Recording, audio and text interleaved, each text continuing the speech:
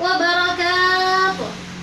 Alhamdulillahirabbil alamin wassalatu wassalamu ala asrafil anbiya'i wal mursalin wa ala alihi wa sahbihi azmain, amma ba'du. Pertama-tama, marilah kita panjatkan puji dan syukur kehadirat Allah Subhanahu wa Ta'ala yang tidak pernah berhenti memberikan nikmat iman dan nikmat Islam. Yang kedua, semoga sholawat beserta salam tetap tercurah limpahkan kepada junjungan alam Habibana wa Nabiyana Nabi Muhammad Sallallahu Alaihi Wasallam, kepada para keluarganya, para sahabatnya, para tabi'in dan tabi'atnya, dan kepada kita sebagai umatnya. Amin ya rabbal alamin. Bapak, Ibu, hadirin wal hadirat yang berbahagia, masa muda merupakan masa yang penuh dengan harapan, penuh dengan cita-cita, dan penuh dengan romantika-romantika cinta. Indahnya masa muda dihiasi dengan bentuk fisik yang kuat, berjalan masih cepat, pendengaran masih akurat, pikiran masih cermat, wajah yang cantik memikat, walaupun ada sedikit jerawat, akan tetapi tidaklah gawat karena masih banyak obat di apotik terdekat. Oleh karena itu, pantas bila para remaja dan pemuda merupakan salah satu penentu maju mundurnya suatu negara.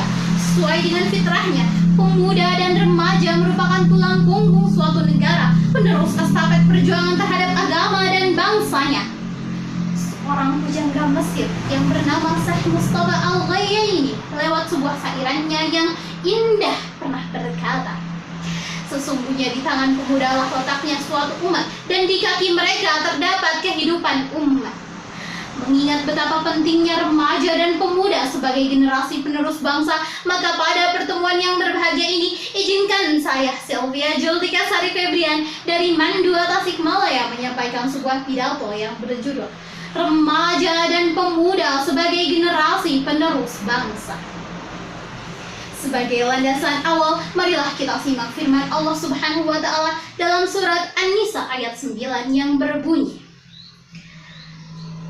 A'udzu billahi minasy syaithanir rajim.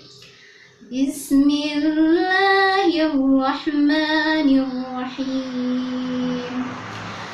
Wal yahzal ladzina law taraku minal khalfihim dzurriyyatan dhi'afan khafu alaihim. Shadaqallahul azim. Yang artinya, dan hendaklah takut kepada Allah orang-orang yang seandainya meninggalkan di belakang mereka anak-anak yang lemah, yang mereka khawatir terhadap kesejahteraan mereka. Teman-teman seperjuangan yang saya banggakan, mantan presiden kita Bapak Profesor Dr. Insinyur B.J. Habibie dalam suatu kesempatan mengatakan bahwa setidaknya ada 5 kelemahan yang harus kita hindari. Pertama, lemah harta. Kedua, lemah fisik. Ketiga, lemah ilmu. Keempat, lemah semangat hidup. Dan kelima yang sangat mengerikan adalah lemah akhlak. Hadirin, jika 5 kelemahan ini melekat pada diri remaja dan pemuda kita, saya yakin mereka bahkan menjadi pelopor pembangunan, melainkan sebagai virus pembangunan, penghambat pembangunan, dan bahkan penghancur pembangunan. Betul, hadirin? Sebagai remaja dan pemuda saat ini dan yang akan datang, kita harus memiliki semangat juang yang tinggi serta tanggung jawab yang penuh terhadap kelangsungan nusa, bangsa, dan agama. Orang kampung saya mengatakan, the young today is the leader tomorrow. Pemuda hari ini adalah calon pemimpin yang akan datang. Namun sayang, 1000 sayang hadirin, banyak remaja dan pemuda yang menganggap dunia ini hanya seluas daun kelor. Kemana-mana maunya naik sepeda motor, padahal kerjaannya cuma molor, persis seperti ayam meramin telur. Belum lagi yang terlibat narkoba, pergaulan bebas, tawuran kebut-kebutan di jalan. Kalaulah ini terus terjadi, kepada siapa lagi kita akan titipkan negara, bangsa, dan agama ini? Padahal sesungguhnya Islam menginginkan ketika penindasan sedang terjadi dalam suatu masyarakat dan bangsa, para pemuda tampil melakukan perlawanan. Ketika terjadi pengerusakan terhadap nilai-nilai kehidupan, para pemuda tampil memberantas. Dan ketika terjadi kebencian terhadap Islam, pemuda tampil menjadi pembela yang gigih sekaligus menjadi pengikut setia Nabi Muhammad SAW. Itulah beberapa karakter kehidupan pemuda yang terukir indah dalam hasanah sejarah umat Islam sebagai contoh bagi remaja dan pemuda generasi penerus bangsa.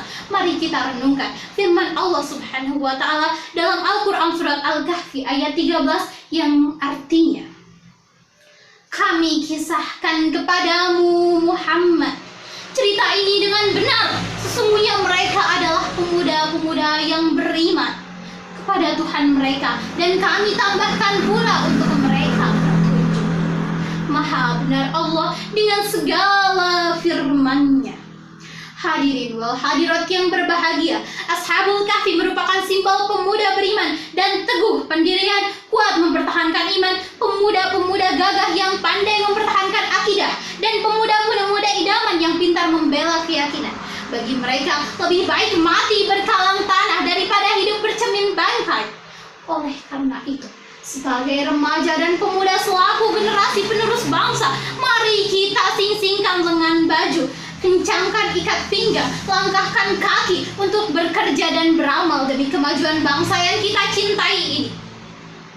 Dr. Muhammad Sulaiman Al-Asqari menjelaskan setidaknya ada 5 olah yang harus kita kerjakan, yakni ada rasa agar iman melekat, oleh rasio agar ilmu meningkat, olahraga agar badan sehat, dan usaha agar ekonomi kuat, dan olah kinerja agar produktif meningkat. Hadirin, jikalau 5 potensi ini melekat pada remaja dan pemuda, insya Allah mereka dapat melanjutkan estafet perjuangan untuk meraih prestasi gemilang untuk masa yang akan datang. Hadirin wal hadirat yang berbahagia, akhirnya dapat kami simpulkan bahwa remaja dan pemuda, harapan bangsa yang mampu melanjutkan estafet pembangunan adalah pemuda yang memiliki iman dan takwa serta ilmu pengetahuan yang luas. Demikian yang dapat saya uraikan. Terima kasih atas segala perhatian.